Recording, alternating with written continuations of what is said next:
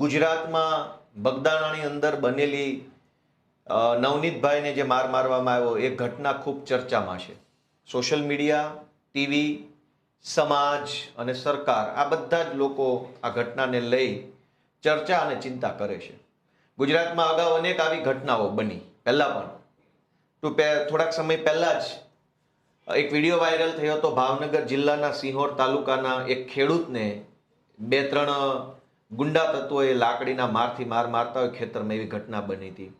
આ સિવાય અનેક ઘટનાઓ, પાલનપુરની અંદર એક યુવાનની હત્યાની ઘટના બની, હમણાં બગદાણાની ઘટના બની, અનેક ઘટનાઓ બને છે. અને ભાજપની સરકાર અને ભાજપની વહીવટી સિસ્ટમ એ આ દરેક ઘટનાઓની અંદર કેવી રીતે ગુનેગારોને બચાવવા માટે થઈ જનતાને કેવી રીતે છેતરે છે એ બાબતની માહિતી મારે તમને આજે આપવાની છે. હું 5 જેટલી અલગ અલગ ઘટનાઓની હું તમને માહિતી આપીશ. અત્યાર સુધી તો તમે એ ઘટનાઓને છાપામાં જોઈ હશે, ટીવીમાં વાંચી હશે, બધું જ હશે. નવનીતભાઈની ઘટના હું છેલ્લે કહીશ કે એમાં કેવું બન્યું. પહેલા હું અલગ અલગ ઘટનાઓથી શરૂઆત કરીશ. અને મારી બધાને વિનંતી છે કે શાંતિથી, ગંભીરતાથી સમજજો કે આ 8 ચોપડી પાસ અને એની આખી સરકાર કેવી રીતે જનતાને, અલગ અલગ જ્ઞાતિઓને ગુમરાહ કરી અને કેવી રીતે પોતાનું સિસ્ટમ ચલાવે છે એનો પુરાવા સાથે બધી જ ઘટના હું લઈને આવ્યો છું. સૌથી પહેલા આપણે શરૂઆત કરીએ. મારા હાથમાં એક એફઆઈઆર છે. આ એફઆઈઆર ભાવનગર જિલ્લાના સિંહોર તાલુકાના પીપળિયા નળ ગામની છે. પીપળિયા ગામે ફેબ્રુઆરી મહિનાની 28 તારીખે એક ઘટના બની. પોલીસે જે ફરિયાદીએ જે લખાવ્યું છે એ હું વાંચી સંભળાવું તમને, પછી સમજીએ કે આ કેવી રીતે ઘટનાક્રમ બને છે.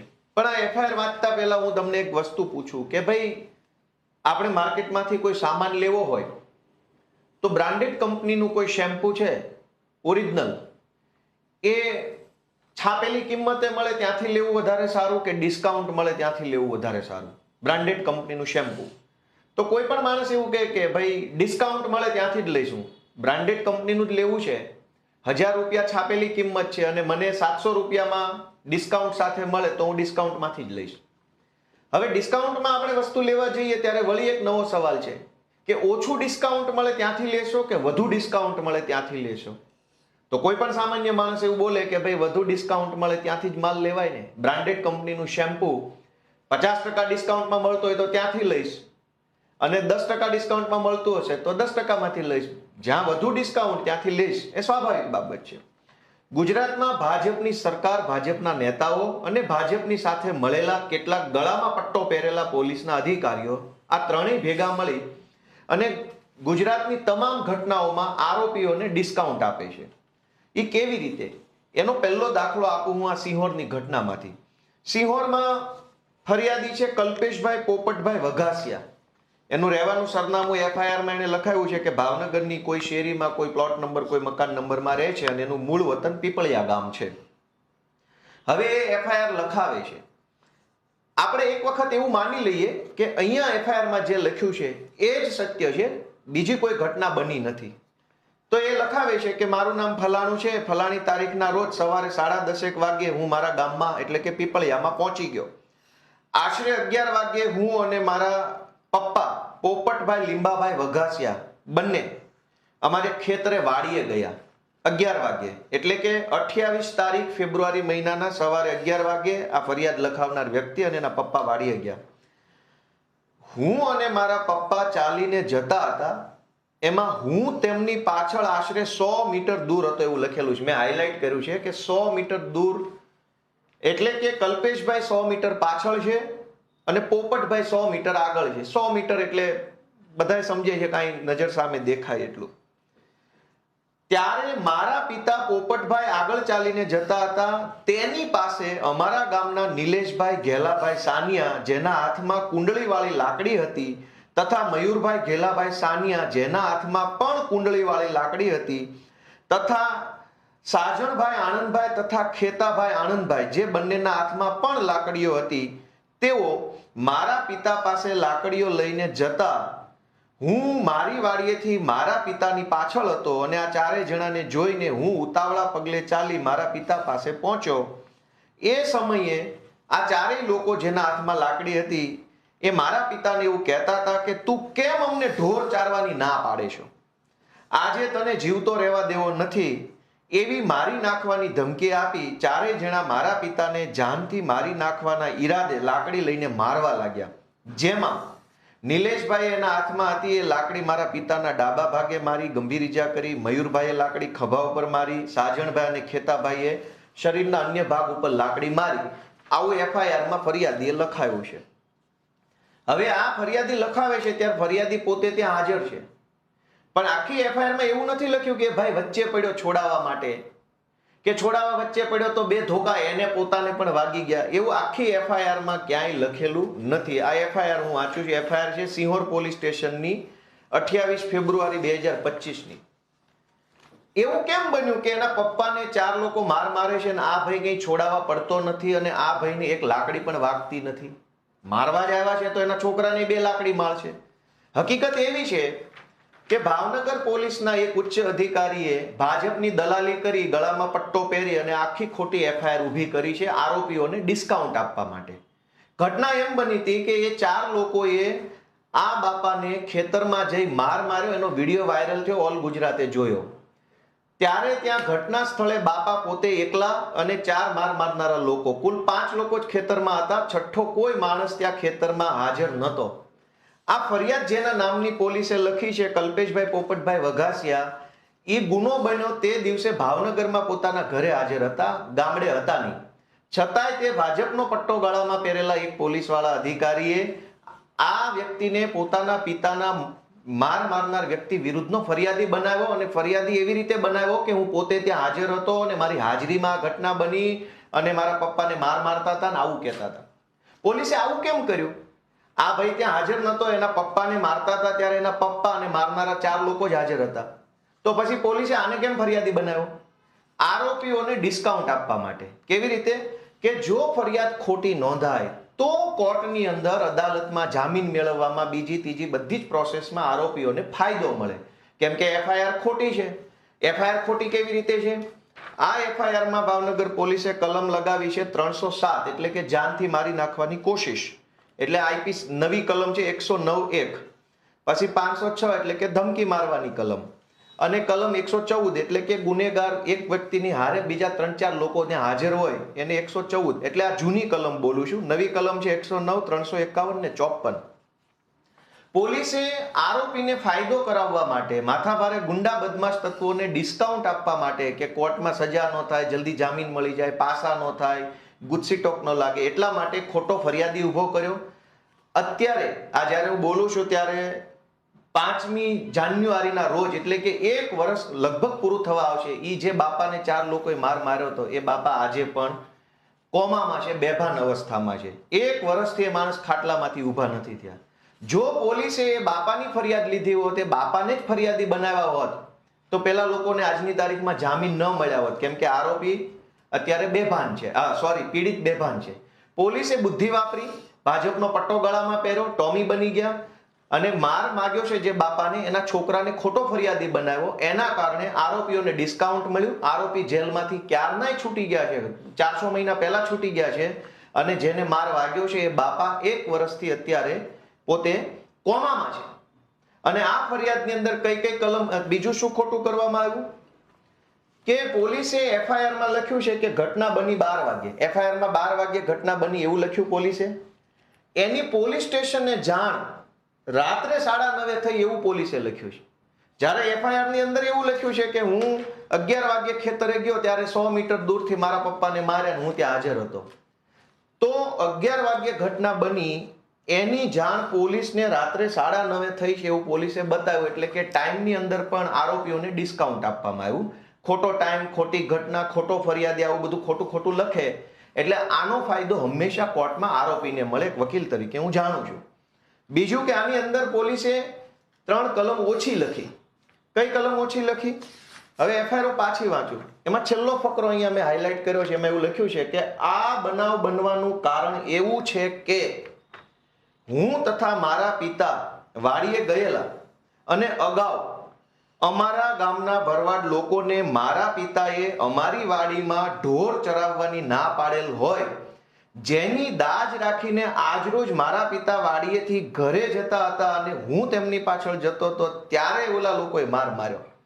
એનો અર્થ એવો થયો કે અગાઉ આ લોકોને ઢોર ચરાવવાની ના પાડી છે, એ વાતની દાજ રાખી છે, પછી એને આયોજન કર્યું એટલે કે પ્લાનિંગ કર્યું એટલે કે ષડયંત્ર કર્યું એટલે કે કાવતરું કર્યું, પછી માર માર્યો છે. તો કાવતરું કે ષડયંત્ર કે આયોજન કરવાની કલમ એટલે કે કલમ 61 નવા કાયદા પ્રમાણે અને જૂના પ્રમાણે 120B આ એફઆઈઆરમાં પોલીસે લખી નથી. 4 લોકો ધોકા લઈને આવ્યા તો એ તો વગર આયોજને થોડા આવ્યા હોય, સ્પેશિયલ મારવા જ આવ્યા હોય. તો મારવા માટે આગલી રાત્રે કે વહેલી સવારે આયોજન કર્યું હોય, એ આયોજનની કલમ આની અંદર પોલીસે ઉમેરેલી નથી. આમ ભાવનગર પોલીસમાં રહેલા એક ઉચ્ચ અધિકારીએ ગળામાં ભાજપનો પટ્ટો પહેરી ટોમી બની જઈ અને ખોટી ફરિયાદ એવી રીતે દાખલ કરી કે જેનો ફાયદો આરોપીઓને મળે, આરોપીને ડિસ્કાઉન્ટ મળે, જલ્દી જામીનનું વગેરે. એક પ્રખ્યાત ઘટના છે પાયલબેન ગોટીની, અમરેલીમાં જે બની હતી, બધાય જાણી છે. બગદાણાની ઘટના ઉપર હું છેલ્લે આવીશ કેમ કે એમાં તો બહુ મજબૂત પુરાવો છે. પાયલબેન ગોટીની ઘટના બધાએ જોઈ. એમાં જે તે વખતે ઘટના બની ત્યારે પાયલબેનનું ચરિત્ર હનન કરવામાં આવ્યું, સીસીટીવી કેમેરા રિલીઝ કરવામાં આવ્યા, જેમાં પાયલબેન એક કુરિયરની દુકાને જે કુરિયર પોસ્ટ કરતા હોય વગેરે વગેરે. ઘટના એવી બની હતી કે ભાજપના એક વ્યક્તિએ ભાજપના બીજા વ્યક્તિની વિરુદ્ધમાં પત્ર લખ્યા કે આ લોકો રેતીના બેતીના હપ્તા બપ્તા ખાય છે અને સંગઠનમાં હોદ્દો છે. ત્યાર પછી ગળામાં પટ્ટો પહેરેલા અમરેલી પોલીસના એક અધિકારીએ ભાજપની દલાલી કરતા કરતા પાયલબેન ઉપર ખોટી એફઆઈઆર લખી. એફઆઈઆર લખ્યા પછી અડધી રાત્રે 12 વાગે એમને ઘરે જઈને એરેસ્ટ કરી લીધા. એરેસ્ટ કર્યા પછી કોર્ટમાંથી એમના રિમાન્ડ મેળવ્યા. રિમાન્ડ મેળવીને અમરેલીની બજારમાં એક દીકરીનું સરઘસ કાઢ્યું. આ ઘટના આખા ગુજરાતને ખબર છે. પછી શું થયું એ આ કાગળ ઉપર લખેલું છે. આ કાગળ જે છે એ તમે કદાચ કેમેરામાં જોઈ શકતા હો તો આ અમરેલી પોલીસના નૈના ગોરડિયા નામના ડીવાયએસપી ની સહી વાળું એક કાગળ છે. ડીવાયએસપી આમાં શું લખ્યું છે? આ કાગળ છે 4/9/2025 નું કાગળ છે, એટલે કે સપ્ટેમ્બર મહિનામાં અમરેલીના ડીવાયએસપી એવું લખ્યું છે. કોને સંબોધીને લખ્યું છે? અમરેલીની અદાલતના ચીફ જ્યુડિશિયલ મેજિસ્ટ્રેટને લખ્યું, એટલે કે જજ સાહેબને લખ્યું પોલીસે. શું લખ્યું છે?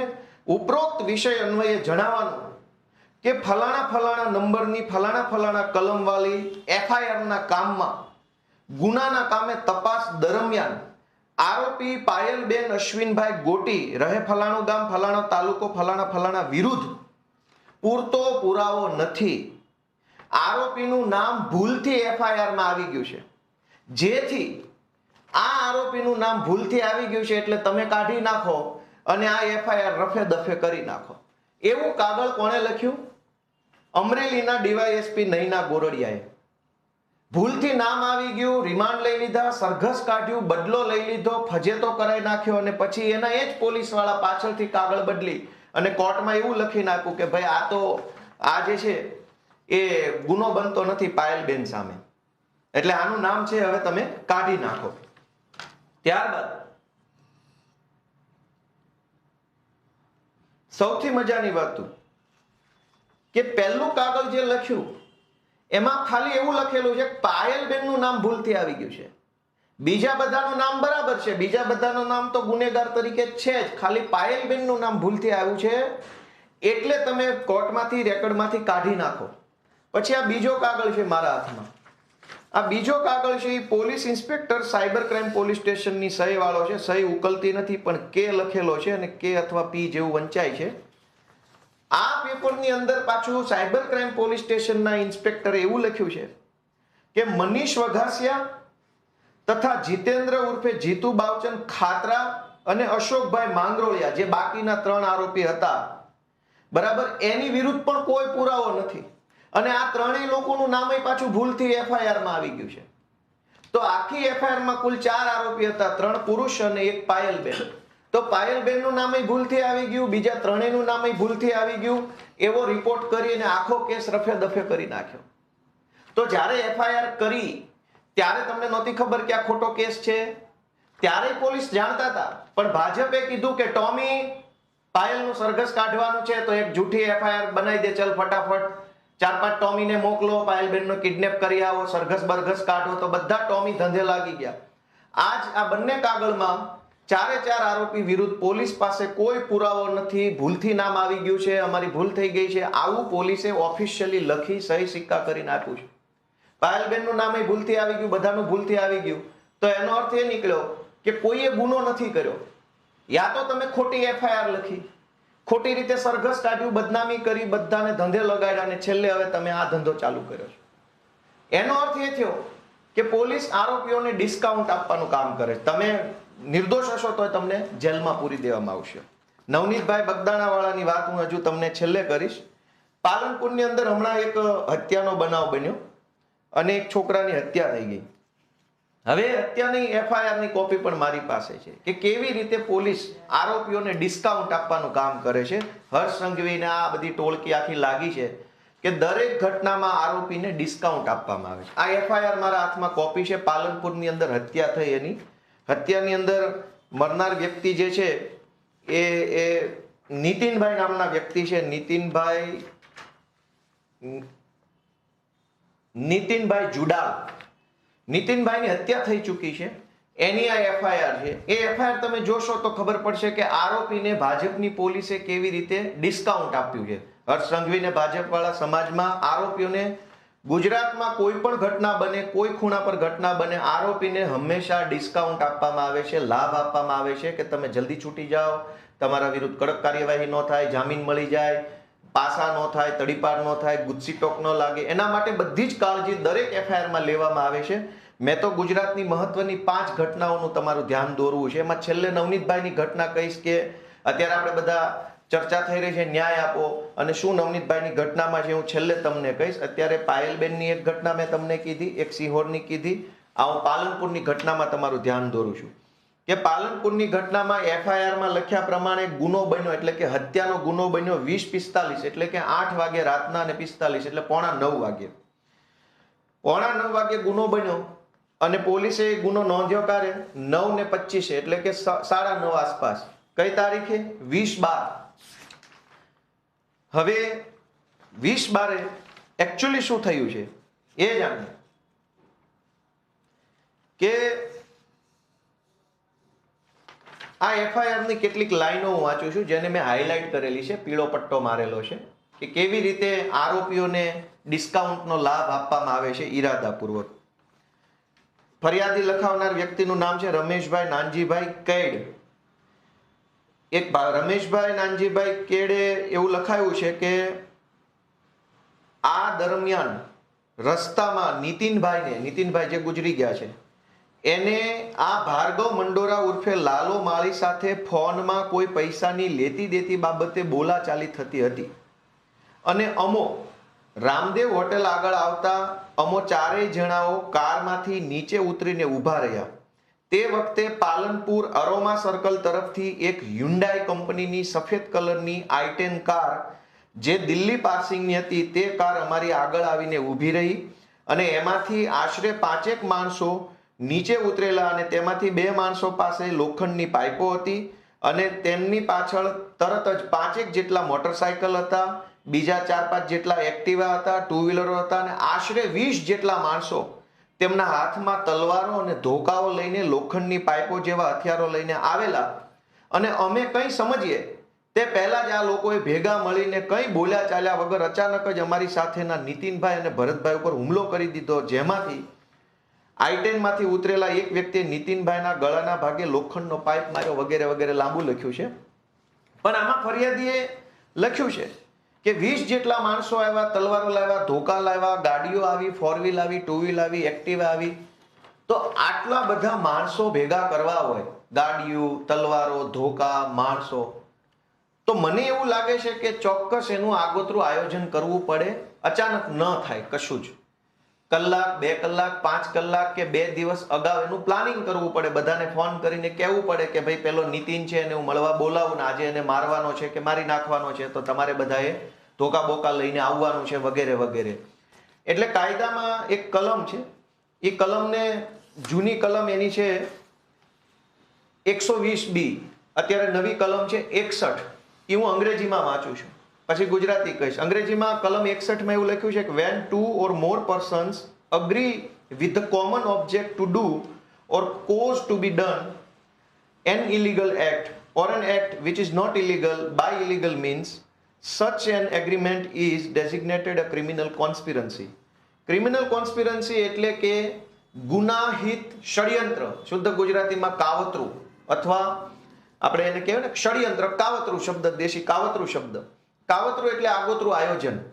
કાયદામાં લખ્યું છે કે 2 or more person, 2 અથવા વધુ વ્યક્તિઓ ભેગા મળીને કોઈ પણ પ્રકારનું ગેરકાયદેસરનું કૃત્ય કરવાનું પ્લાનિંગ કરે અથવા કૃત્ય કરે અથવા એવા કૃત્યમાં સામેલ થાય તો એ કાવતરું કર્યાનો ગુનો ગણાય. હવે આ પાલનપુરની ઘટનામાં 20 લોકો ધોકા, ગાડીઓ, બાઇકો બધું લઈને આવ્યા, પણ પોલીસે FIR માં કાવતરાની કલમ ઉમેરેલી નથી. કલમ 61 આમાં છે નહીં, મેં વાંચી લીધું. શું કામ? કાવતરાની કલમથી શું ફરક પડે? એક તો એવું થયું કે તમે રસ્તા ઉપર જાઓ છો, પાનના ગલ્લે તમે બીડી પીવા ઉભા રહ્યા, બીડી પીવો છો અને તમારી બીડીમાંથી તણખો બાજુવાળાની ઉપર ખર્યો અને અચાનક જ બબાલ થઈ ગઈ, બબાલ મોટી થઈ ગઈ ને લાફાલાફી, ભાંગ તોડ, ધોકા પટ્ટી બધું જ થઈ ગયું, પણ એ બધું જ અચાનક થયું.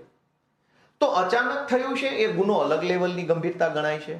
પણ જેમાં તમે આયોજન કરો છો, 20 લોકો ભેગા કરો છો, તલવાર, ધોકા, ગાડીઓ, માણસો બધું જ ભેગા કરવાનું એડવાન્સમાં આયોજન કરો છો, એને અંગ્રેજીમાં ક્રિમિનલ કોન્સ્પિરન્સી કલમ 61 પ્રમાણે ગુનાહિત ષડયંત્ર અથવા કાવતરું ગણાય છે. કાવતરું કરીને કોઈ ગુનો કરવો એ વધુ ગંભીર છે. એક તો તમે બીડી પીવો છો, તમારા મનમાં નથી કોઈને લાફો મારવાનો, પણ બીડી પીતા હતા, તણખો ઉડ્યો, બબાલ થઈ ગઈ, મારામારી થઈ ગઈ, તો એમાં તમારો ઈરાદો શરૂઆતથી ક્રાઇમ કરવાનો નથી. પણ જ્યારે તમે આયોજન કરો છો ત્યારે તમારો શરૂઆતથી જ ઈરાદો ખૂન કરવાનો, મારામારી કરવાનો કે ગેરકાયદેસરનું કૃત્ય કરવાનો છે. આવી ગંભીર ખૂનની ઘટનામાં પણ પોલીસે આરોપીને કોર્ટની અંદર લાભ મળે, ફાયદો થાય એટલા માટે 2 કલમ ઓછી લગાવી. શું કામ? ડિસ્કાઉન્ટ આપવું પડે આરોપીઓને. શું કામ? કેમ કે હર્ષભાઈના બધા ભાણિયા થાય છે, એટલે ભાણિયાઓને ડિસ્કાઉન્ટ આપવું પડે. ખૂનના આરોપીને કલમ 61 લગાવી નથી એટલા માટે કે એને ડિસ્કાઉન્ટ આપ્યું કોર્ટ. બીજું કે 20 લોકો આવ્યા, નામ એક જ વ્યક્તિનું FIR માં લખ્યું. શું કામ? કે જ્યારે એક વ્યક્તિ સાગર મંડોરાનું નામ FIR માં છે, બીજા કોઈના નામ લખ્યા નથી. હવે બીજા લોકો 20 ને બદલે 40 પકડશે પોલીસ. એ કોર્ટમાં જશે ત્યારે એના વકીલ, કેમ કે હું વકીલ છું, એવું કહેશે કે ભાઈ અમારું તો FIR માં નામ નથી, અમને તો ખાલી શકના આધારે પકડ્યા છે, અમે તો નિર્દોષ છીએ. તો આ લાભ બધા આરોપીને હંમેશા મળતો હોય છે. મારું FIR માં નામ નથી, હું તો નિર્દોષ છું, મને તો શકના આધારે રાજકીય પ્રેશરથી આમ તેમ કરીને પકડ્યો છે. તો ટેકનિકલી કોર્ટમાં એ વાતનું વજન પડે હંમેશા માટે, નામ ન હોય એનું. તો પોલીસને આ ખબર છે, ભાજપને આ ખબર છે કે આરોપીને ડિસ્કાઉન્ટ આપવું છે, તો શૈલેષ મંડોરાનું એકનું નામ લખો, બીજા 10 એની સાથે આવેલા લફંગાનું નામ FIR માં નહીં લખવાનું, પાછળથી લઈ આવવાના અને રીલ બિલ બનાવીને પબ્લિકને બતાવી દેવાની. જો ભાઈ હવે તમે કલમ લાગી છે કે નથી લાગી, નામ લખ્યા છે કે નથી લખ્યા, ટાઈમ બરાબર લખ્યો છે કે નથી લખ્યો, એ બધું છોડો, રીલ તો બનાવી દીધી, રીલ જોવો, લાઈક શેર કરો અને ન્યાય મળી ગયો. આ દરેક ઘટનાની અંદર કાગળ ઉપર હંમેશા આરોપીને ડિસ્કાઉન્ટ આપવામાં આવે છે અને જનતાને રીલ બતાવી અને પોલીસ અને ભાજપ એવું આશા રાખે છે કે ન્યાય થઈ ગયો. ભાઈ દરેક ઘટનામાં રીલ બતાવી અને ન્યાય આપ્યાનો અહેસાસ ઉભો કરવામાં આવે છે. કાગળ ઉપર ડિસ્કાઉન્ટ હોય છે. આ સિંહોરની ઘટનાની અંદર કલમ 61, કલમ 3.5, કલમ 118, 117, 118(2) આટલી કલમો પોલીસે ઓછી લખાવી છે. પોલીસે જે લખ્યું છે એ પ્રમાણે જે કલમ લાગવી જોઈતી હતી એ કલમ લાગી નથી. જેને માર વાગ્યો છે એ બાબા અત્યારે 1 વર્ષ પછી પણ હજુ કોમામાં છે, છતાંય આરોપી છૂટી ગયા. શું કામ? કાગળ ઉપર ડિસ્કાઉન્ટ આપ્યું આરોપીને અને પછી સ્થળ ઉપર રીલ બનાવી અને ફરિયાદીને એના સમાજને આપી દીધી. જાઓ ભાઈ, તમારી રીલ તો બનાવી દીધી, હવે શું છે, ન્યાય બાય થઈ ગયો બધું, રીલ જોવો, મજા કરો, કેવા લંગડા લંગડા ચાલે છે, જોવો. પણ કાગળ ઉપર કશું જ કડક હોતું નથી, ખાલી રીલ બતાવવા માટે હોય છે. પાયલબેનની ઘટનામાં રીલ બની ગઈ, કાગળ ઉપર તો કે ભાઈ ભૂલ થઈ ગઈ, બધું ખોટું છે. પાલનપુરની ઘટનામાં રીલ બની ગઈ, પણ કાગળ ઉપર એક જ આરોપીનું નામ લખ્યું છે, બીજા બધાને કોર્ટમાં ફાયદો મળશે જલ્દી છૂટવામાં, નિર્દોષ છૂટવામાં. કાવતરાની કલમ નથી, સહ આરોપીઓની કલમ નથી. કાયદામાં એક કલમ છે 54 નંબરની, જૂના કાયદામાં 114 હતી. 54 નંબરની કલમ શું કહે છે કે whenever any person who is absent would be liable to be punished as an abettor, and whenever any person is present when the act or offense for which he would be punishable in consequences of the abatement is committed, he shall be deemed to have committed such act or offense. કોઈ ગુનો બને ત્યારે એમાં 2 પ્રકારના સહ આરોપી હોય. એક છુપો સહ આરોપી અને એક જ્યાં હાજર હોય એવો સહ આરોપી. ધારો કે ગોપાલભાઈએ રમેશભાઈને એમ કીધું કે જા ભાઈ પેલા નવનીતના ટાંટિયા તોડી નાખ, હું બેઠો છું. તો નવનીતભાઈના ટાંટિયા તોડવામાં આવતા હોય ત્યારે ગોપાલભાઈ ત્યાં હાજર ન હોય, પણ કીધું તો ગોપાલભાઈએ હોય એટલે ટાંટિયા તોડવામાં આવતા હોય. તો ટાંટિયા તોડવાના વિડીયોમાં ગોપાલભાઈ નથી એટલે ભાજપની ગળામાં પટ્ટો પહેરેલા કેટલાક ટોમી અધિકારી આપણને એમ સમજાવે કે ભાઈ ગોપાલભાઈ ક્યાં વિડીયોમાં છે, એ થોડા આરોપી છે, એ તો નિર્દોષ છે. આ જો 4 લોકો જે વિડીયોમાં હતા એનું પકડીને રીલ તો બનાવી દીધી. હવે રીલ જોઈ લો, મજા કરો, લાઈક કોમેન્ટ શેર કરો. ન્યાયની વાત ક્યાં કરો છો તમે? પણ કાયદો એવું કહે છે કે whenever any person who is absent, absent એટલે ગેરહાજર, ક્યાં ઘટના જ્યાં બનતી હોય ત્યાં જે માણસ હાજર ન હોય એ માણસ પણ ગુનેગાર હોય, એ પણ ગુનો કરવામાં સહાયક હોય. એની કલમ 54 અત્યારે નવા કાયદા પ્રમાણે, જૂના કાયદા પ્રમાણે 114. તો આ જે પાલનપુરની હત્યાની ઘટના બની છે એમાં કલમ 54 એટલે કે અન્ય સહ આરોપી, છુપા કે જાહેર આરોપીઓની કલમ લખેલી નથી. શું કામ? કેમ કે આરોપીને હર્ષભાઈ તરફથી ડિસ્કાઉન્ટ કે જાઓ ભાઈ ભાજપની સરકાર છે, થાય એટલા ક્રાઇમ કરો, તમારે ક્યાં કઈ ટેન્શન છે, અમે બેઠા છીએ બધા ગુનેગારોને હાચવવા વાળા.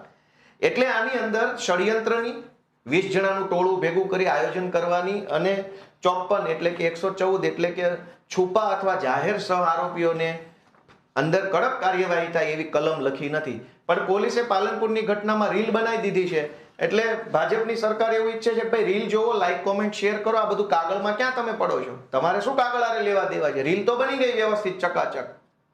ત્યારબાદ દાહોદની અંદર મનરેગા કૌભાંડ થયું, આખા ગુજરાતને ખબર છે, એની આ એફઆઈઆર છે મારી પાસે.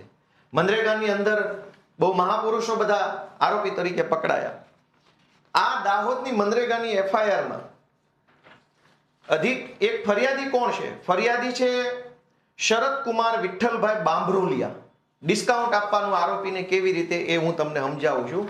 ગુજરાતની તમામ ઘટનાઓમાં ભાજપની સરકાર આરોપીઓને ડિસ્કાઉન્ટ આપે છે, સજા ન થાય, નિર્દોષ છૂટી જાય, જલ્દી જામીન મળી જાય, પાસા ન થાય, એની 100% કાળજી રાખવામાં આવે છે.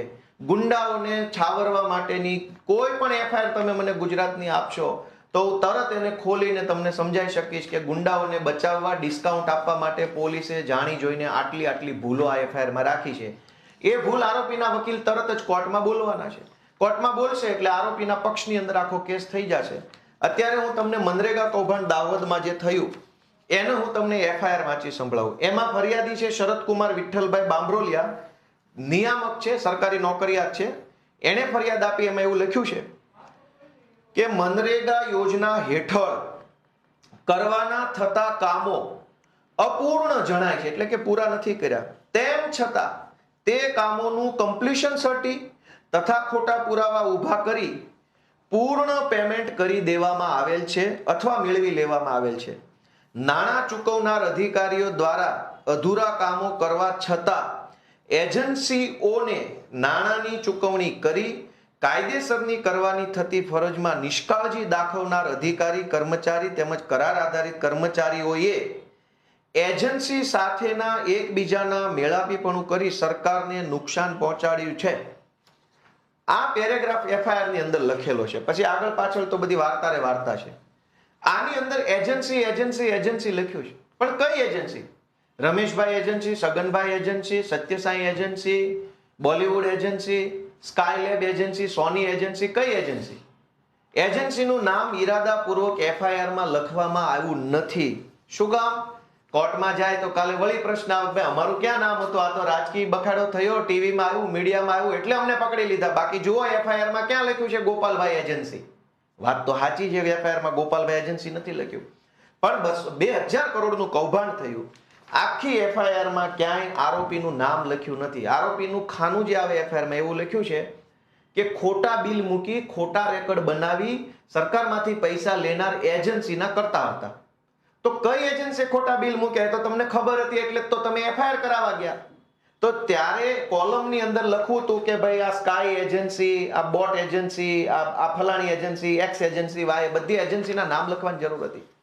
પણ એફઆઈઆરમાં જાણી જોઈને એજન્સીનું નામ ન લખ્યું. ત્યારબાદ આરોપીનું નામ ન લખ્યું.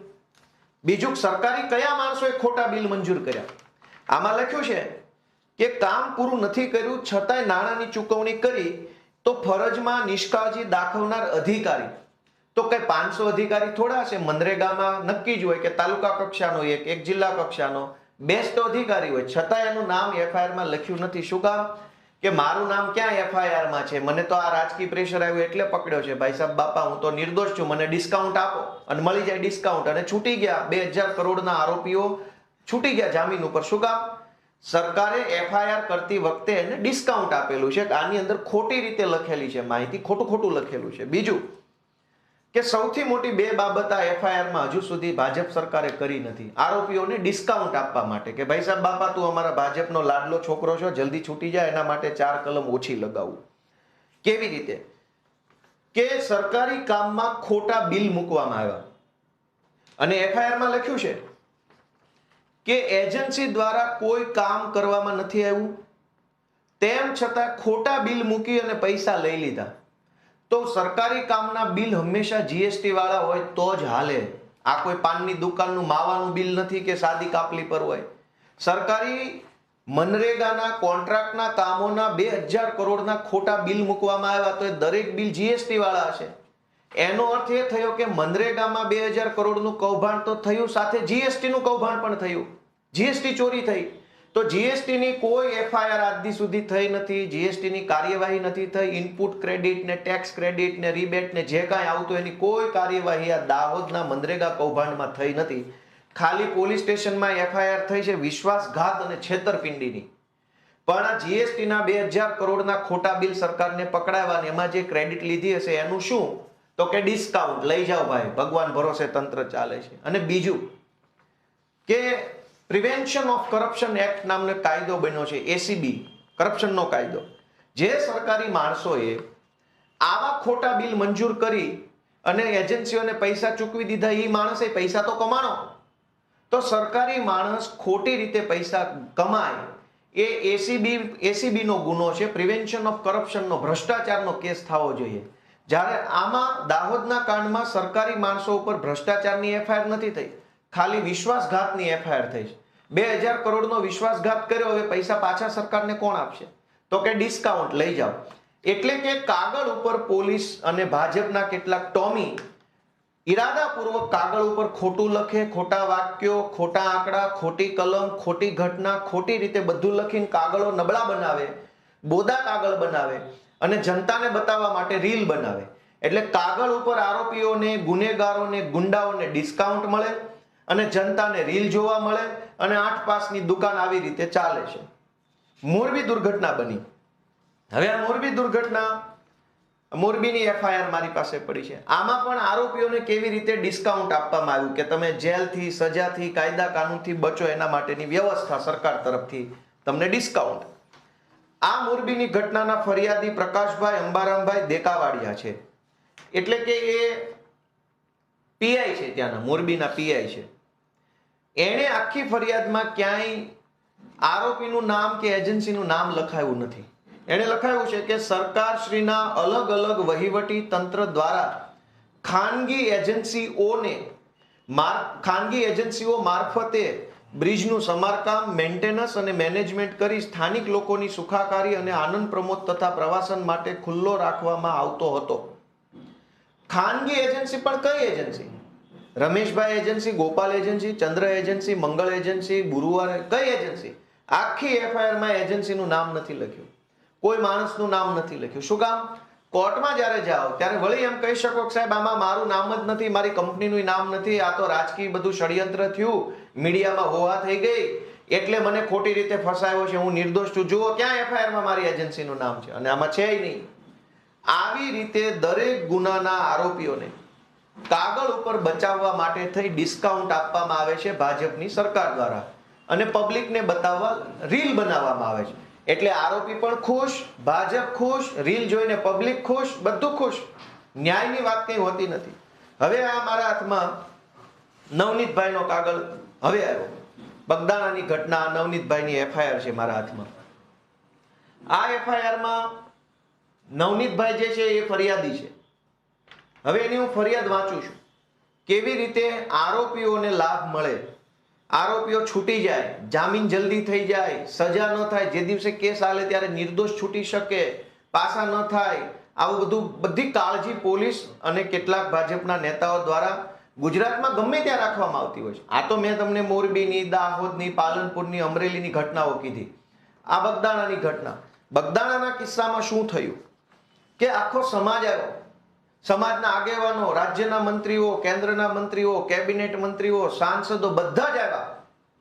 તો અવડા મોટા નેતાઓને પણ ભાજપની સરકાર અને કેટલાક ટોમી અધિકારીઓ છેતરી ગયા, ખુલ્લેઆમ છેતરી ગયા અને આરોપીઓને ડિસ્કાઉન્ટ આપવામાં આવ્યું. નવનીતભાઈએ લખાયું, નવનીતભાઈ જે વિડીયોમાં બોલ્યા એ વિડીયોમાં એવું બોલે છે કે ભાઈ એને પહેલા જયરાજનો ફોન આવ્યો, પછી બીજા એક બે વ્યક્તિનો ફોન આવ્યો, ત્રીજાનો ફોન આવ્યો અને પછી રાત્રે આ માથાકૂટની ઘટના બની. હવે અહીંયા જ્યારે એફઆઈઆર લખી છે એ એફઆઈઆર ને આપણે વાંચીએ તો ખબર પડે કે પોલીસે ઘટના, માનો કે જયરાજે માર્યો છે, મરાયો છે, નથી મરાયો, એ તો તપાસનો વિષય છે. સરકારને એસઆઈટી ફેસઆઈટી બધું થયું છે, પણ કાગળ ઉપર જે પોલીસે લખ્યું છે એ પ્રમાણે કલમ તો નાખવી જોઈએ કમસે કમ. તમે કલમ જ સાચી નહીં નાખો તો કોઈ દિવસ સાચી તપાસ નહીં થાય. એસઆઈટી બનાવો કે આખી એબીસીડી બનાવો, જ્યારે તમારા કાગળમાં તમે ઈરાદાપૂર્વક 3-4 કલમ ઓછી લખી છે.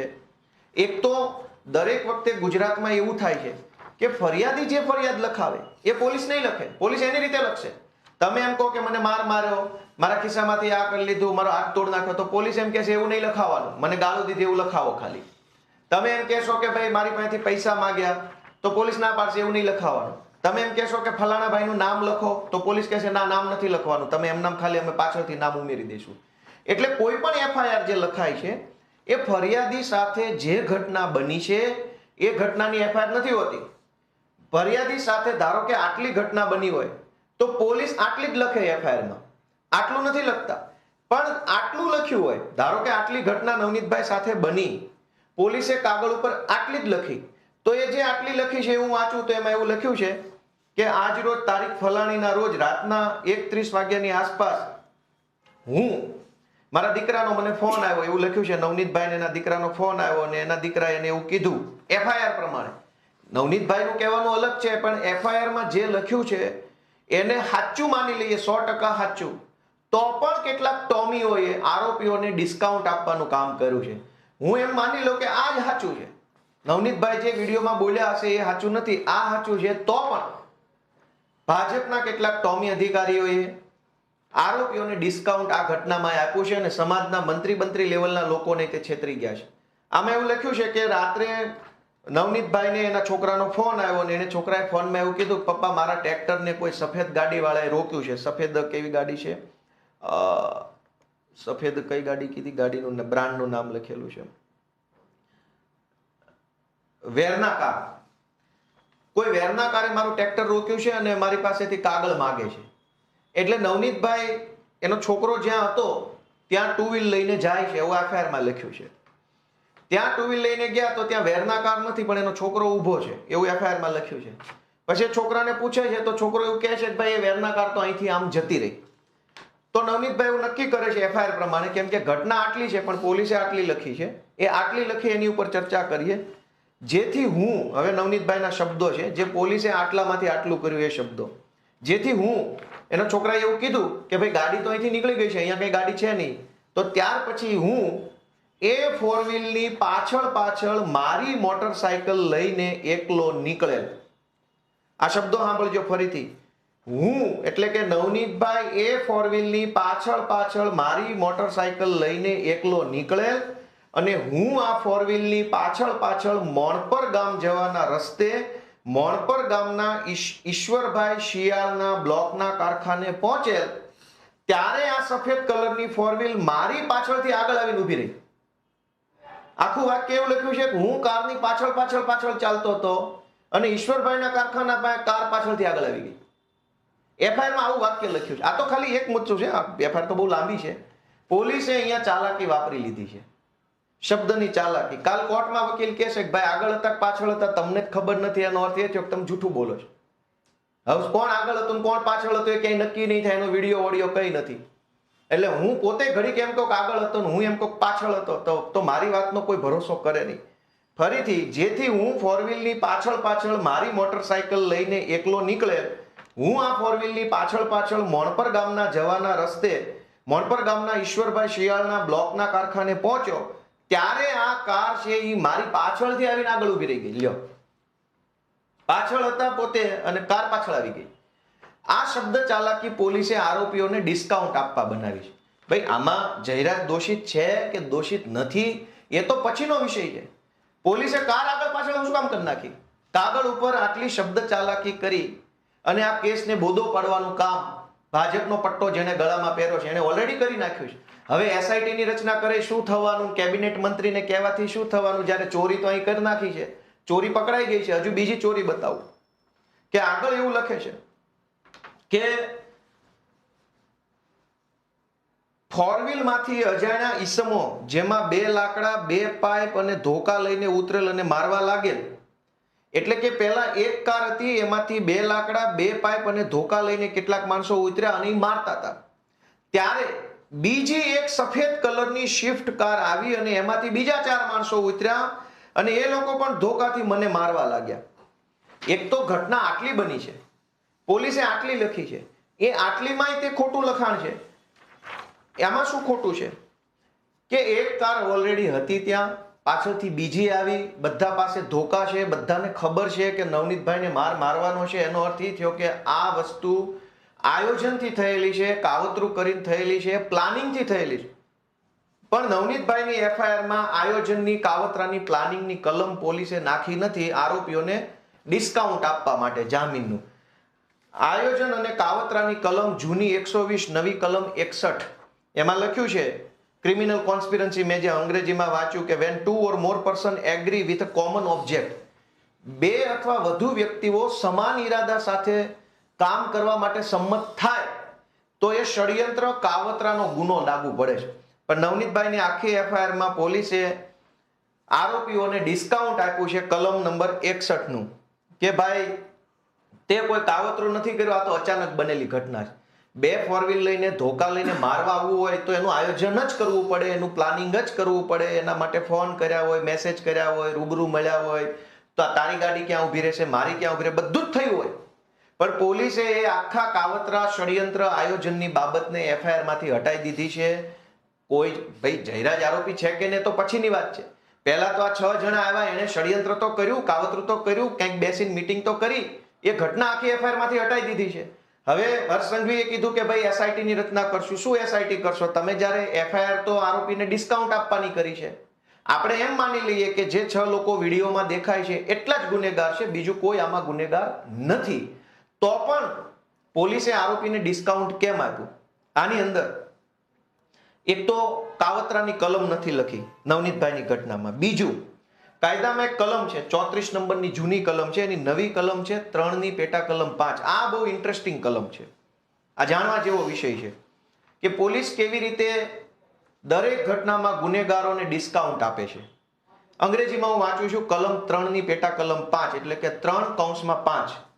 When a criminal act is done by several persons in furtherance of the common intention of all, each of such persons is liable for that act in the same manner as if it were done by him alone. શુદ્ધ ગુજરાતીમાં સૌનો સમાન ઈરાદો. કાયદામાં 2 બાબત છે. ગોપાલભાઈ છે એ રમેશભાઈને મારવા જાય છે, કાર લઈને રસ્તામાં નીકળ્યા તો રસ્તામાં એનો ભાઈબંધ સુરેશ ઊભો હતો. તો ગોપાલભાઈ કીધું કે ભાઈ સુરેશ આવીને ગાડીમાં બેસી જાય ને આપણે 2 ભાઈ એક ચક્કર મારતા આવીએ. સુરેશને નથી ખબર કે ગોપાલભાઈ મારવા જાય છે અને ગોપાલભાઈ ત્યાં ગાડી ઊભી રાખીને પેલાને માર્યો. પેલા એફઆઈઆર લખાવી કે ગોપાલ ને સુરેશ બેય આવીને મને માર્યો. પણ વાસ્તવિકતા શું હતી કે સુરેશને તો કઈ ખબર જ નથી, એ તો ભૂલથી ગાડીમાં બેસી ગયો પણ બની ગયો આરોપી. તો આ કલમ એવું કહે છે કે એક કરતા વધુ વ્યક્તિઓ ભેગા મળીને પોતાનો સમાન ઈરાદો પાર પાડવા માટે કોઈ કૃત્ય કરે તો એ ગંભીર ગુનો બની જાય છે. કલમ 3 ની પેટા કલમ 5. હવે આ ઘટનામાં 4-5 લોકો 2 ગાડી ભરીને મારવા આવ્યા તો બધાને ખબર જ હતી કે મારવા જઈએ છે.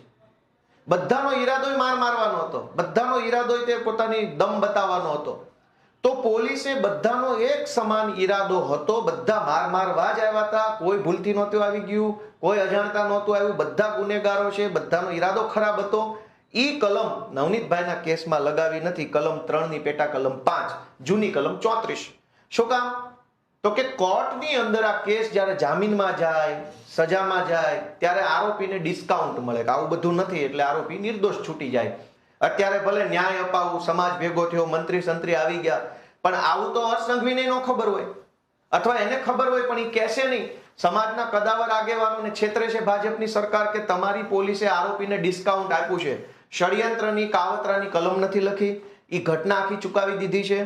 તમામનો ઈરાદો સમાન હતો, નવનીતભાઈને મારવાનો, એ કલમ પણ નથી લખી. બીજું, કાયદામાં એક કલમ છે સહ આરોપીની, મેં તમને હમણાં સમજાવ્યું કે છુપો આરોપી કે જે ઘટના સ્થળે ન હોય અને એક સહ આરોપી ઘટના સ્થળે હાજર હોય, ત્યાં પોતે ઊભો હોય, મારતો હોય, કેમેરાથી વિડીયો ઉતારતો હોય, કંઈ પણ કરતો હોઈ શકે. કલમ 54 છે. આ આખામાં ક્યાંય કલમ 54 લગાવેલી નથી. શું કામ? આરોપીને ડિસ્કાઉન્ટ આપવામાં આવ્યું છે ભાજપ સરકાર તરફથી. હવે સમાજ તો ન્યાયની માંગણી કરે છે, ન્યાય આપો, સમાજ ભેગો થઈ ગયો છે, મંત્રી સંત્રી તંત્રી ભારે કદાવર નેતા આવી ગયા છે, પણ પોલીસે તો આરોપીને ડિસ્કાઉન્ટ આપી દીધું છે. હવે એસઆઈટી ની રચના થઈ, બહુ તો શું થશે? પાયલ ગોટીના કેસમાં એસઆઈટી થઈ, છેલ્લે કઈ ફાંસી થઈ ગઈ? મોરબી કાંડમાં એસઆઈટી થઈ, રાજકોટ અગ્નિકાંડમાં એસઆઈટી થઈ. દરેક ઘટનામાં ભાજપ વાળા ગુનેગારોને, ગુંડા બદમાશોને ડિસ્કાઉન્ટ આપે છે. નવનીતભાઈની ઘટનામાં પણ 3 કલમ ઓછી લગાવી અને આરોપીને પોલીસ તરફથી ડિસ્કાઉન્ટ આપવામાં આવ્યું છે. અને ચોથી આઈટી એક્ટની કલમ લાગી નથી. વિડીયો ઉતાર્યો, એ વિડીયો વાયરલ કર્યો, તો એ તો આઈટી એક્ટની કલમ પ્રમાણે તમે કોઈ પણ વિડીયો વાયરલ કરો, ભાજપનો કોઈ વિડીયો બનાવીને ફેસબુકમાં લગાવો તો સાયબર ક્રાઇમ મુજબ અપરાધ થઈ જાય છે. તો કોઈને મારતો વિડીયો જે છે એ અપરાધ કેમ ન બને? તો પોલીસે આ આખી ઘટનાની અંદર આરોપીઓને ડિસ્કાઉન્ટ આપેલું છે, કાવતરું છુપાવ્યું છે, સમાન ઈરાદો છુપાવ્યો છે, સહ આરોપીની હાજરી છુપાવી છે. એટલે હવે સમાજ એકઠો થયો છે, પણ કઈ ન્યાય બાય હું નથી માનતો, કેમ કે આમાં તો બધું ડિસ્કાઉન્ટ આપી દીધું છે આરોપીને. લાંબા ગાળે આરોપીને આનો ફાયદો થઈ જશે. એનાથી આગળ વધીએ કે પોલીસ અને ભાજપ આ બંને ભેગા મળી અને ગુજરાતની કોઈ પણ ઘટનામાં આરોપીઓને ડિસ્કાઉન્ટ આપવાનું કામ કરે છે. અને મેં તમને પહેલા કીધું કે આરોપીને ડિસ્કાઉન્ટ મળે, પોલીસ તરફથી ફાયદો મળે, પ્રોટેક્શન મળે, સવલત મળે, તો આરોપીને ગુનો કરવાનું વધુ મન થાય. 1000 રૂપિયા વાળી વસ્તુ મને 500 માં મળે તો હું 2 વખત ખરીદી કરીશ. ગુજરાતમાં તમામ ગુંડા, બદમાશ, લુખ્ખા, લફંગાઓને હંમેશા પોલીસ તરફથી અને ભાજપની સરકાર તરફથી ડિસ્કાઉન્ટ આપવામાં આવે છે. ઓછી કલમ લગાવે, નામ ન લખે, એજન્સીનું નામ ન લખે, બીજી ત્રીજી બધી જ રીતે આરોપીના બચાવમાં જ તે કાગળ તૈયાર કરવામાં આવે. પણ પબ્લિકને રીલ બતાવી દેવામાં આવે. પબ્લિક રીલ જોઈને ખુશ છે. રીલ બાબતે પણ મારે તમારું એક વાતનું ધ્યાન દોરવું છે કે કોઈ પોલીસ વાળો કોઈને મારવા તૈયાર નથી, ગુંડા બદમાશોને. કેમ કે કાલ તમે કોઈ ગુંડાને પોલીસ પગમાં 2 ધોકા મારે અને ગુંડો પોલીસ વિરુદ્ધ ફરિયાદ આપે તો હર્ષ સંઘવી કયો મેડલ આપી દેશે? આ દરેક ઘટનામાં જે રીલ બને છે એમાં કાયદેસર આરોપીને સમજાવવામાં, શીખવાડવામાં આવ્યું હોય છે કે તું છાનો માનો રીલ બનવા દેજે, અમારી લંગડો ચાલજે, 2 મિનિટની રીલ બની જાય એટલે તુંય છૂટો ને હુંય છૂટો. પોલીસ શું કામ આરોપીને મારે છે? પોલીસની ઉપર આરોપીએ ફરિયાદ કરી અને પોલીસ સસ્પેન્ડ થશે મારવાના ગુનામાં, તો કઈ ભાજપની સરકાર મેડલ આપી દેવાની? એટલે આ રીલ છે એ એક પ્રકારનું નાટક છે. કાગળ ઉપર દરેક આરોપીઓને ડિસ્કાઉન્ટ આપવામાં આવે છે, કાગળ ઉપર દરેક આરોપીનો કોર્ટમાં બચાવ થઈ જાય, નિર્દોષ છૂટી જાય, પાસા ન થાય, ગુસ્સીટોક ન થાય, તડીપાર ન થાય, એના માટે પોલીસ પૂરતી કાળજી લઈને એફઆઈઆર લખે છે. તમામ ઝીણી બાબતોમાં પોલીસ મગજ દોડાવે છે કે કયો આંકડો ખોટો લખવું, કઈ ઘટના ખોટી લખવું, કોનું નામ ખોટું લખવાથી આરોપીને ફાયદો થાય. અને પછી આરોપીને ડિસ્કાઉન્ટ આપ્યા પછી પબ્લિકને ખુશ કરવા જૂઠી રીલો બને છે. પબ્લિકો રીલ જોઈને એવું માને છે કે ન્યાય થઈ ગયો, બરાબર છે, આમ થઈ ગયું, તેમ થઈ ગયું. પણ જો રીલ બનાવવાથી ન્યાય થતો હોત તો તમે જુઓ કે ડિસ્કાઉન્ટ આપવાથી શું થાય છે એનું જુઓ. કે જે લોકો ગુનેગારો છે, ગુંડાઓ, બદમાશો, માથાકૂટિયા માણસો છે, એને ખબર છે કે કોઈ માર્યા બાર્યા નથી, આ તો ફાલતુ રીલ બનાવે છે, અંદર તો મજા જ. એટલે તમે સૌથી પહેલા ગુજરાતમાં છાપું વાંચો કે ગુજરાતમાં ગુનાખોરી વધી, 1 વર્ષમાં ક્રિમિનલ કેસમાં 3.44 લાખનો વધારો. શું કામ વધારો? આરોપીને ડિસ્કાઉન્ટ મળે છે, મજા આવે છે, ગુનો કરો એમાં ફાયદો છે, પોલીસ સપોર્ટ કરે, ભાજપ સપોર્ટ કરે, જેલ તંત્ર બધા જ સપોર્ટ કરે છે. એટલે ગુજરાતમાં ગુનાઓનું પ્રમાણ વધ્યું છે. આવું ચોખ્ખું છે. 1 વર્ષમાં 3.44 લાખ ગુનેગારો વધ્યા એટલા માટે કે દરેક ગુનેગારો જે ક્રિમિનલ માઇન્ડના માણસો છે એને ડિસ્કાઉન્ટ આપવામાં આવે છે. બીજું જુઓ કે આ સાયબર ક્રાઇમ 2022 કરતા 2023માં 31% વધારો. શું કામ? કેમ કે ડિસ્કાઉન્ટ આપે છે. સાયબર ક્રાઇમમાં જે લોકો પકડાય એની પાસેથી પૈસા લે અને પોલીસ એની ઓછી કલમ લગાડે, હળવી કલમ લગાડે, રિમાન્ડ ન લે અને કેસ રફે દફે કરી નાખે. એટલે જે સાયબર ક્રાઇમ કરનારો માણસ છે એ એક કેસમાં પકડાય પછી એને ખબર પડી જાય કે હવે તો 10 વાર પકડાવતો હોય કોઈ ફરક નહીં પડે, આપણે ફલાણા સાહેબારે ઓળખાણ થઈ ગઈ છે, પૈસા લઈને બધું રફે દફે કરી નાખશે. દરેક કેસમાં ગુનેગારોને ડિસ્કાઉન્ટ આપવામાં આવે છે એટલે ગુનાઓ વધતા જાય છે. આ છાપું વાંચો, ડિસ્કાઉન્ટ કેટલું છે. ગુજરાતમાં 100 દિવસમાં 550 દુષ્કર્મ અને છેડતી. પછી નીચે લખ્યું છે કે 2 થી વધારે દુષ્કર્મ થાય છે અને રોજ સરેરાશની 5 થી વધુ અપહરણની ઘટનાઓ બને છે. શું કામ?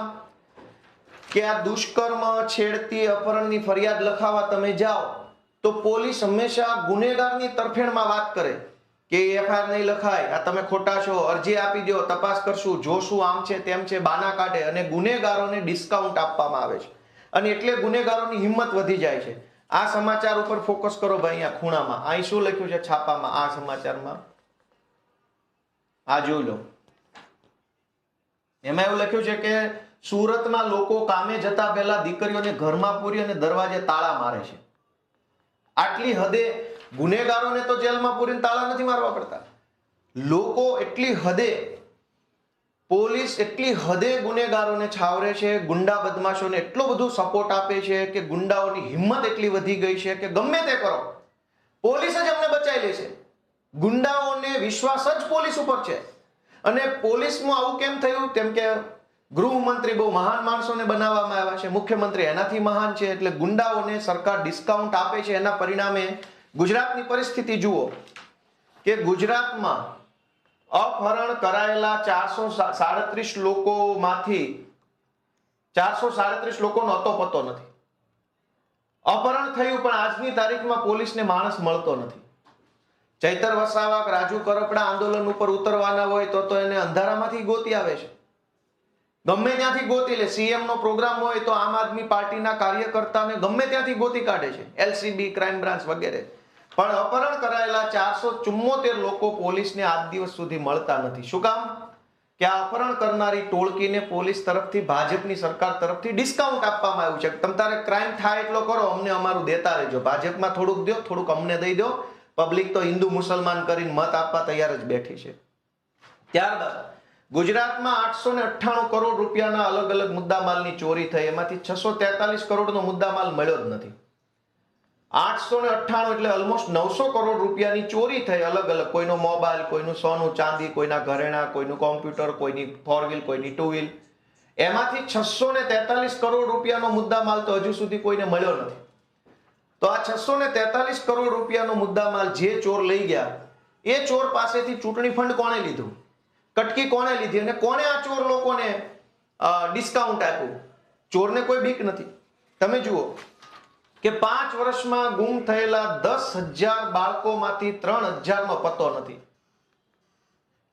3,000 બાળકો ગુજરાતમાંથી ગુમ થયા છે, એનો કોઈ અતોપતો નથી. એટલા માટે કે ક્રાઇમ કરનારા લોકો છે એને ડિસ્કાઉન્ટ સરકાર જ આપે છે કે થાય એટલો ક્રાઇમ કરો, અમને હપ્તા દેતા રહેજો, એટલે બાકી કઈ વાંધો નથી.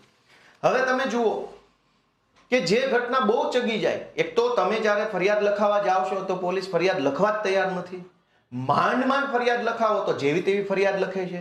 કેટલાક કિસ્સામાં વિડીયો વાયરલ થઈ જાય, ખૂબ બધું ભમાભમી મચી જાય એટલે પરાણે એફઆઈઆર દાખલ કરવી પડે તો આરોપીઓને ડિસ્કાઉન્ટ મળે, કલમ ઓછી લગાવે, વાક્યો બદલી નાખે, શબ્દો બદલી નાખે, નામ છુપાવે.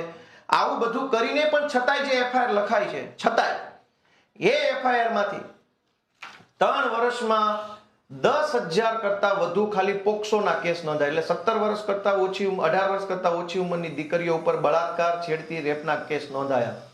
અને એમાં fast track court, fast track court એટલે ફાસ્ટ એટલે ઝડપ, ટ્રેક એટલે જલ્દીથી કેસ જેનો નિકાલ થઈ જાય, ફાસ્ટ ટ્રેક કોર્ટ બનાવી સરકારે. એમાંય 10,000 થી વધુ કેસ તો એમાં પેન્ડિંગ છે. રેગ્યુલર કોર્ટમાં તો કેટલા હશે? ફાસ્ટ ટ્રેક કોર્ટ એટલે અલગથી સ્પેશિયલ કોર્ટ.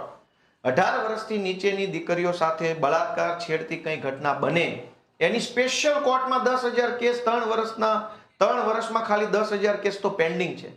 અને આ 10,000 કેસ કેવા હશે જે બહુ ચકચારી હશે, સમાજે વિરોધ કર્યો હોય, આંદોલન થઈ ગયું હોય, વિડીયો વાયરલ થઈ ગયો હોય, સોશિયલ મીડિયામાં હોવા થઈ ગઈ હોય તો લખે.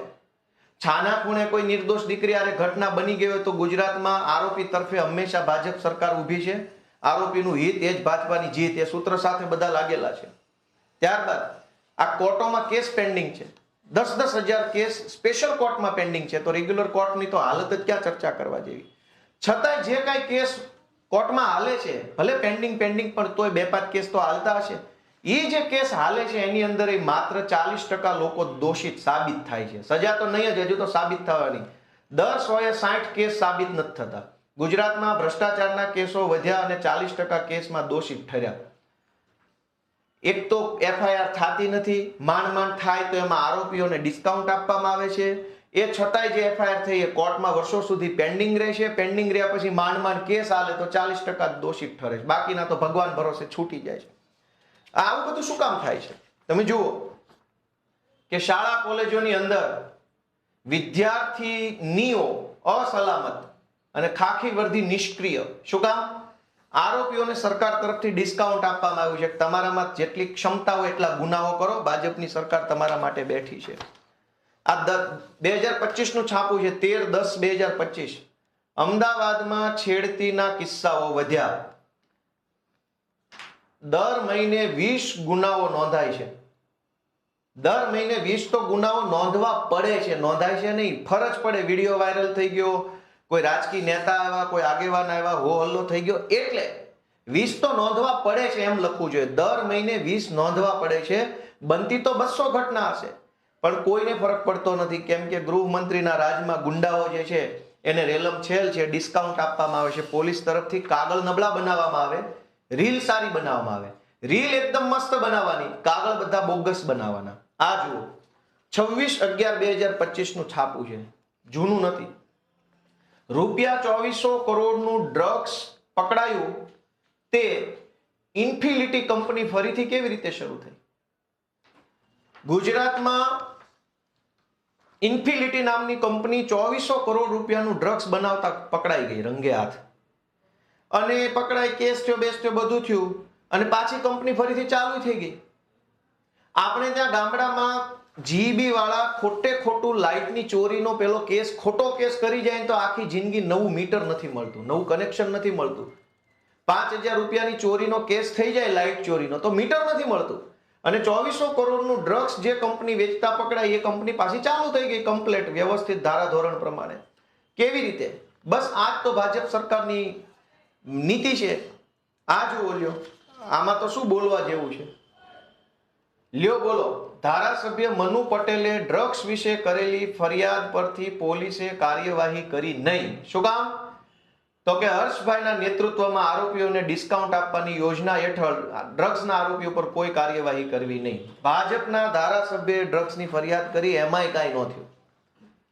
તો આરોપીઓને કેટલી હદે ડિસ્કાઉન્ટ સરકાર આપે છે? શું કામ? તો કે આ આવી ગયા મહાપુરુષ. લ્યો, આ મેન મુદ્દો છે, વાંચો શું લખ્યું છે. ગુજરાતની કાયદો વ્યવસ્થા ભલે લથડે, હર્ષ સંઘવીને રસ નથી. શેમાં રસ છે? રીલ બનાવવામાં. કે રીલ સારી બનવી જોઈએ, ચકાચક રીલ બને તો અને તો જ મજા આવે. દોસ્તો, આજ ગુજરાતની અંદર બગદાણાની ઘટનામાં જોયું કે સરકાર કાગળ ઉપર ખોટું કરે છે.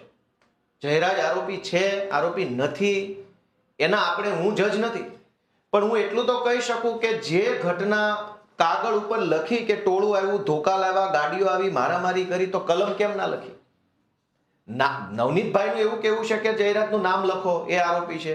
પોલીસે ના લખ્યું, કઈ વાંધો નહીં, પણ પોલીસ જે ઘટનાને લખવા માટે સહમત થઈ ગઈ, સંમતિ આપી, બરાબર છે, આટલું અમે લખી દેશું, જે લખ્યું એની કલમ કેમ ના લખી? આટલા મોટા માણસ, જાજા લોકો આવે અને ધોકા લઈને માર મારે તો ષડયંત્ર કાવતરા વગર શક્ય નથી. બધા જ લોકોનો ઈરાદો માર મારવાનો હોય તો જ બધા ધોકા લઈને આવે. કોઈ ભૂલથી કોઈની ગાડીમાં ચડી ગયું નથી. દરેક ઘટનામાં, હજુ મારી પાસે ઘણી બધી ઘટનાની ફાઇલ પડી છે, પણ હવે લાંબી વાત થઈ ગઈ એટલે બોલવી નથી. ટૂંકમાં ગુજરાતની અંદર કાગળ ઉપર ગુજરાતની કોઈ પણ ઘટનામાં બુટલેગર હોય, માફિયા હોય, જમીન માફિયા હોય, બધાને ભાજપની સરકાર તરફથી ઓન પેપર ડિસ્કાઉન્ટ આપવામાં આવે છે. અને જનતા માટે થઈને રીલ બનાવી લેવામાં આવે એટલે જનતા રીલ જોઈને ખુશ થઈ જાય કે જો આને આમ લંગડો આલ્યો તેમ લંગડો આલ્યો. હું તમને હજુ ધ્યાન દોરીશ કે કોઈ પોલીસ વાળો પોતાની નોકરી જોખમમાં નાખવા તૈયાર નથી. બે ધોકા કોઈ શું કામ મારે? આપણે રીલ જોવી છે તો એનો ભોગ પોલીસ થોડો બનશે. કોઈ ઇન્સ્પેક્ટર ગુનેગારને મારવા તૈયાર નથી, કેમ કે પોલીસ અંદરથી જાણે છે કે આ ગૃહમંત્રી તો નાટકબાજ છે, આ તો રીલબાજ છે. એના રીલ બનાવવાના ચક્કરમાં હું 4 ધોકા મારીશ તો મને ક્યાં કોઈ એવોર્ડ આપી દેવાનું છે? એ તો એની વાહવાહી કરાવવા રીલ બનાવડાવે છે પોલીસ પાસે. પાયલ ગોટીની રીલ ગૃહમંત્રીના કહેવાથી અને ગૃહમંત્રીના ખાસ એકદમ જે ટોમી ટાઈપના મિત્રો છે એના કહેવાથી પાયલ ગોટીની રીલ તો પોલીસે બનાવી. પછી પોલીસે જ લખીને આપી દીધું આ કાગળમાં, અદાલતમાં લખીને આપ્યું કે ભાઈ પાયલ ગોટીનું નામ ભૂલથી આવી ગયું છે, એની સામે કોઈ પુરાવો નથી. એનો અર્થ એ થઈ ગયો કે કેટલાક ટોમી ટાઈપના અધિકારીઓ છે એ ભાજપના કહેવાથી રીલો બનાવે છે.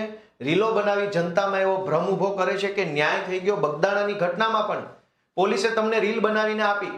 સમાજના બધા નેતાઓને કહેવામાં આવ્યું જો ભાઈ રીલ તો બની ગઈ, રીલ તો બની ગઈ. હવે શું ન્યાયની વાત છોડો ભાઈ છોડો. પણ ન્યાય કાગળ ઉપર હોય છે, રીલમાં ન્યાય નથી હોતો. રીલ તો જૂઠી બની શકે.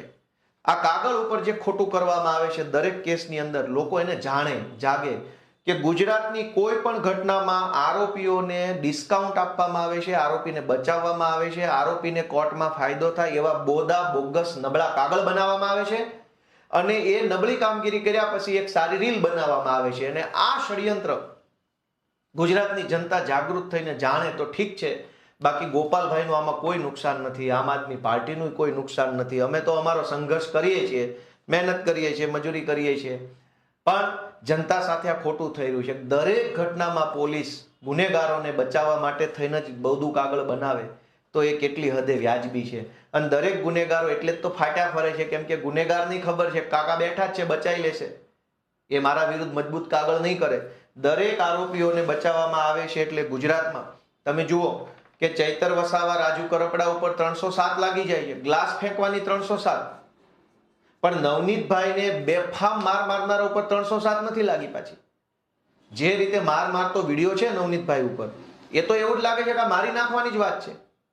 નવનીતભાઈને મારી નાખવાની જ કોશિશ ને મારી નાખવા માટે જ મારવામાં આવ્યો છે, એમાં 307 નથી.